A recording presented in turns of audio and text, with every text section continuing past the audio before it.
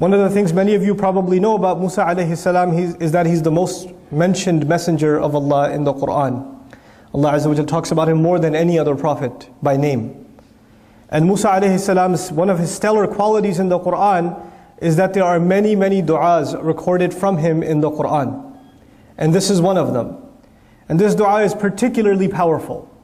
Musa alayhi salam, his story is mentioned in so many places, and this particular ayah belongs to Surah Taha, the 20th surah. And in this surah, Allah Azza wa Jalla begins the narrative when he left his family and he saw a fire up on top of a mountain in the middle of the night.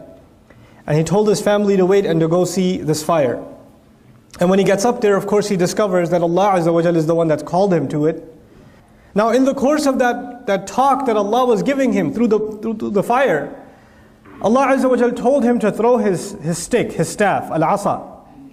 Musa alayhi salam throws it and it turns into a hayya, into a running snake. A poisonous snake in Old Arabic is also called a hayya. A snake whose fangs are out is also called a hayya. So it's running around, the snake is running around. And then he tells him, خُذْهَا وَلَا تَخَفْ. Grab the snake, grab it and don't be afraid. Now you tell me, as a normal human being, grabbing a snake and not being afraid, it's almost impossible. And yet Allah Azza wa Jal trained Musa alayhi salam to take this task on, to grab the snake and not be afraid. And at this point you notice Musa alayhi salam doesn't say, La astati' ya Rabbi. I can't do it, Ya Rabb. No dua to Allah to say, Ya Allah help me. He just does it. وَضْمُمْ يَدَكَ إِلَى جَنَاحِكَ تَخْرُجْ بَيْضَاءَ مِنْ غَيْرِ سُوءٍ. آيَةً أُخْرَى. Put your hand in your pocket, in your sleeve, you take it out, it's going to be white. Another miracle I'm giving to you.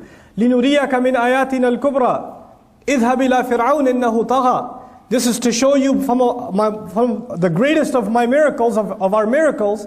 Go to Fir'aun. He's rebelled. Now so far Allah has asked him for a few things, some pretty shocking things. He's asked him to grab a snake. He's asked him to, his hand has changed in color entirely. But Musa alayhi salam has no reaction. He's fine to all of this. But when Allah tells him, go to Fir'aun. Go to Fir'aun. He's the one in fact that has rebelled. At this point Musa alayhi salam makes dua. And so now we're learning that when Allah tells us to do something, and it's hard. Sometimes we think things are hard, but if you have courage, Allah will let you do it. But you get to a point where you think, even I, with all my courage, this is even too hard for me. That is the time you turn to Allah, and you don't say, Ya Allah, I can't do it. You ask Allah for what you need, so you can do it. So now, what does he ask? It's incredible. He's going to go to Fir'aun. Fir'aun is up in the castle, in the most secure building in all of Egypt.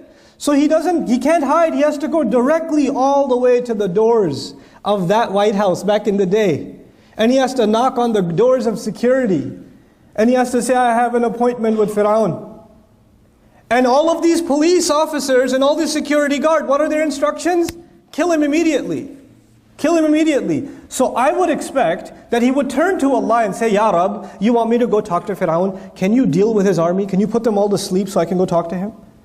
Or can you pull him out of Egypt so I can talk with him over here? It might be safer for me.